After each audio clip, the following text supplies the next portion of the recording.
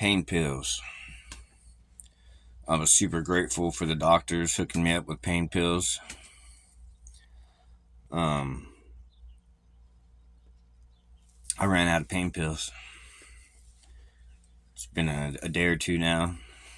I was taking two Norcos 4 times a day, and then I quickly reduced that to 3 times a day, and then I just kept doing it 3 times a day because I needed them. I was in pain, and then I did my best to lower that, because well, I really actually enjoyed having those pain pills. It actually made me feel good. It's just like having a cup of coffee in the morning when you wake up. It makes you feel better, especially after having your face broke and then having surgery and getting cut up inside your mouth and everything. So it felt good, and I really liked it.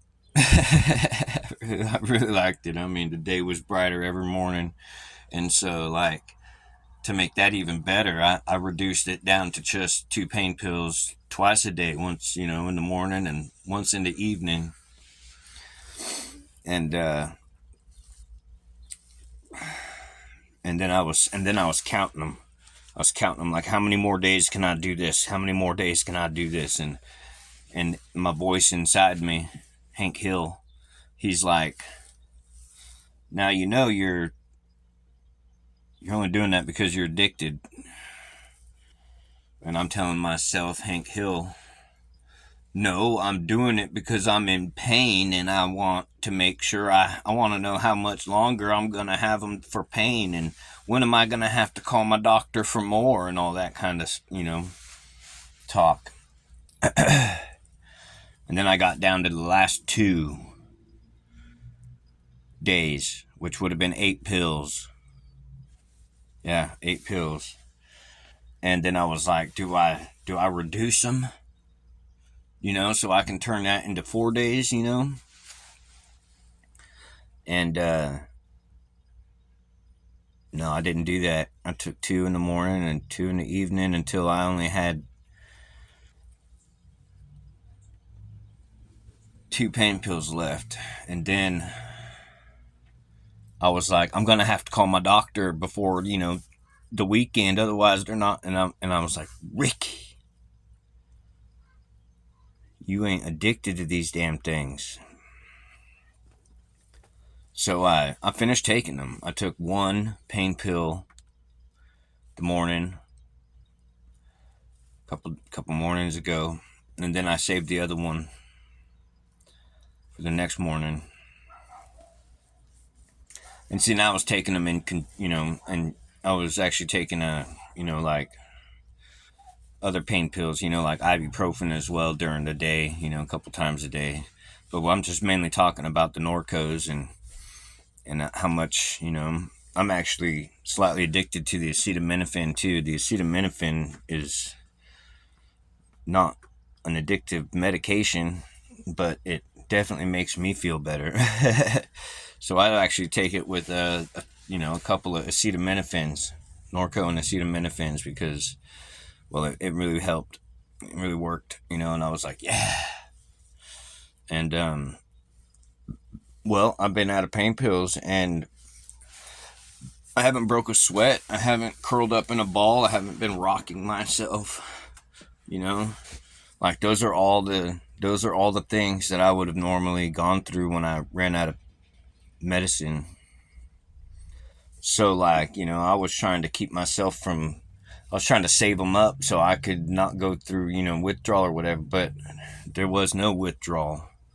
I ran out, and I'm not going to refill them. And there's no withdrawal, and that's the only thing you can do, to stay off of them, is just to stay off of them.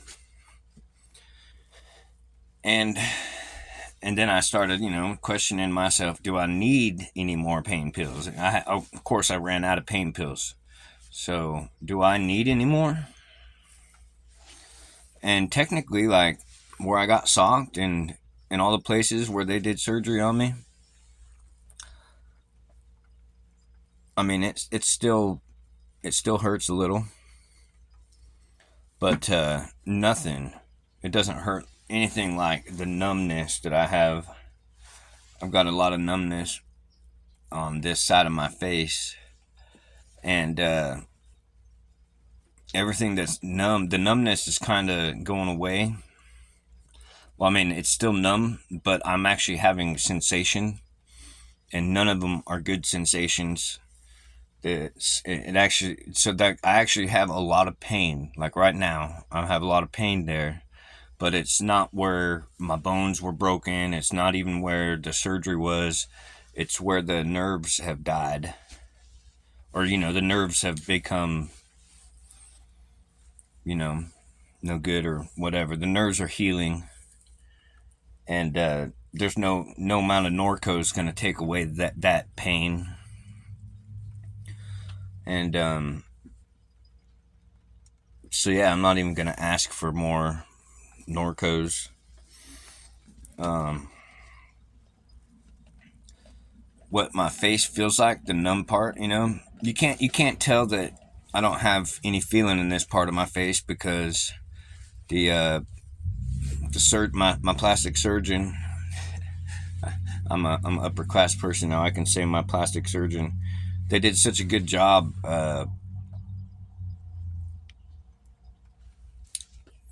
tying up my lip. They gave me like a lip tuck. They told me that my surgery was mainly aesthetic, which means, for a visual, just to make me look good, and so otherwise my face would be drooping and I would be disfigured, thanks to bad people, lame people.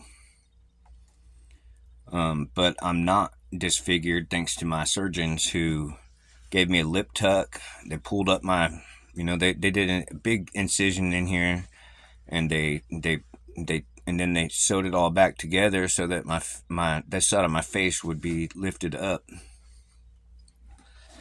And I'm getting practice, so that I actually employ those muscles more and more. But the pain that I have right now is it actually feels like there's a big magnet, a strong magnet that is just stuck to my face. All right, it is stuck there and it is smashing my face, and that's what it feels like all the time. Like when I wake up, when I go to sleep, that's what I feel, and the muscles are tired and heavy. Like when I try to use them, they just twitch. They're tired. They're weak. They get tired like immediately. And the sensations that I have, are sometimes it's unbearable. I could just be laying there, and it'll go from just being a heavy feeling, like a lot of pressure, to suddenly, burning. I can just all of a sudden be a burning feeling in my face, like it's just like something hot's touching it. And sometimes it even feels like something, like liquid nitrogen is touching it. Sometimes it'll actually burn with cold.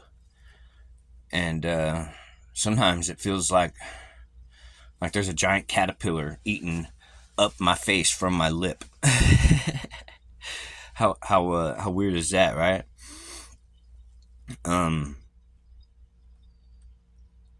But yeah, so there's no amount of pain pills. I mean, Dr. Ricky says, that there is no amount of pain pills that's going to take away those types of nerve pains.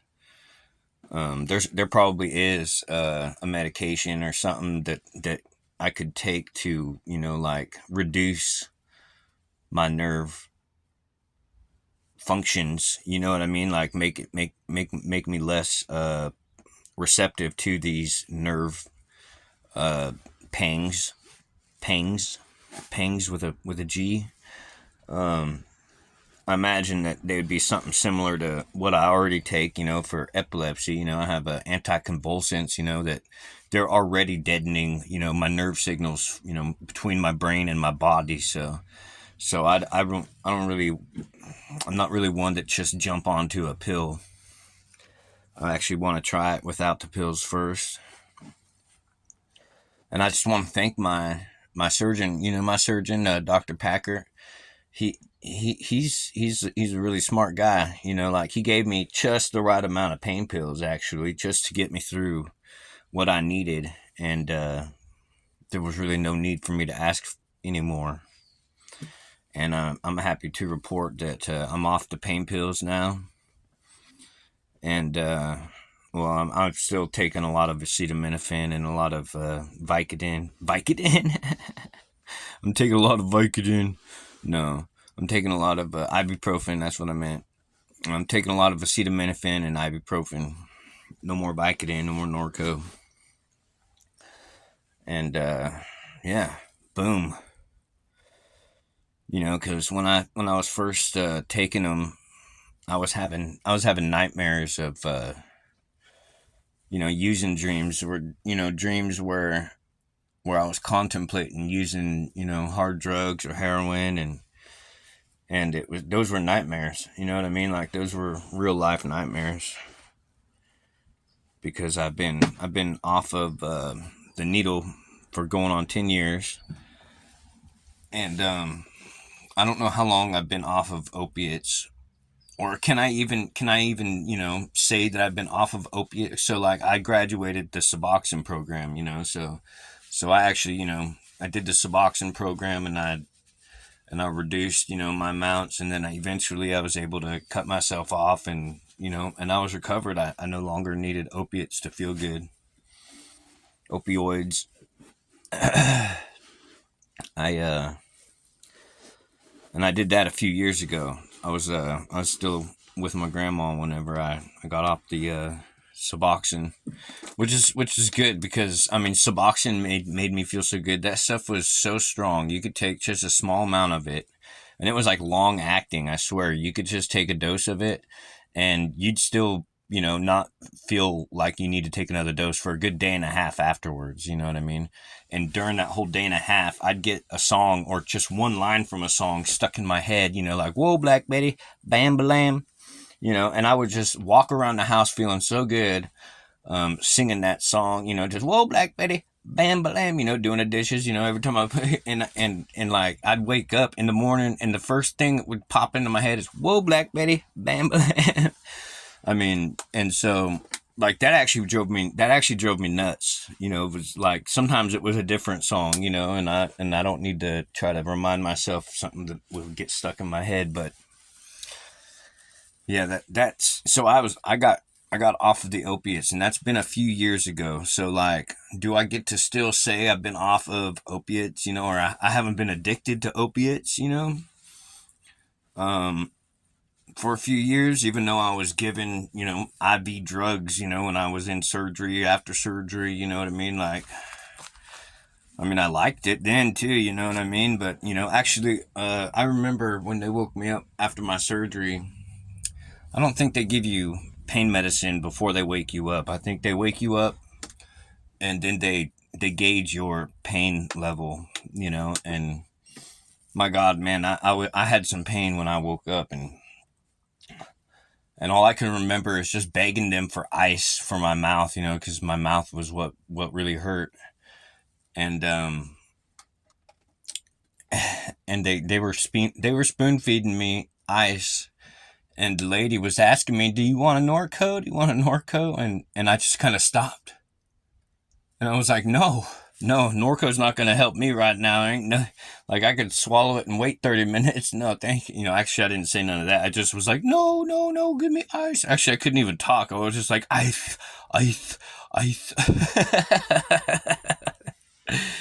But, yeah, like, keep your Norco, lady. Give me some more ice. And that's what you got to do. That's the way you got to do it. Anyway, so, yeah. And I know you almost can't tell what side's my good side, what side's my bad side, mainly because my good side's got a big pimple over here. That's my good side. That's my ugly side. This is my pretty side. The side that the doctors tied up and gave me a sexy lip tuck. That way I didn't look disfigured for my enemies.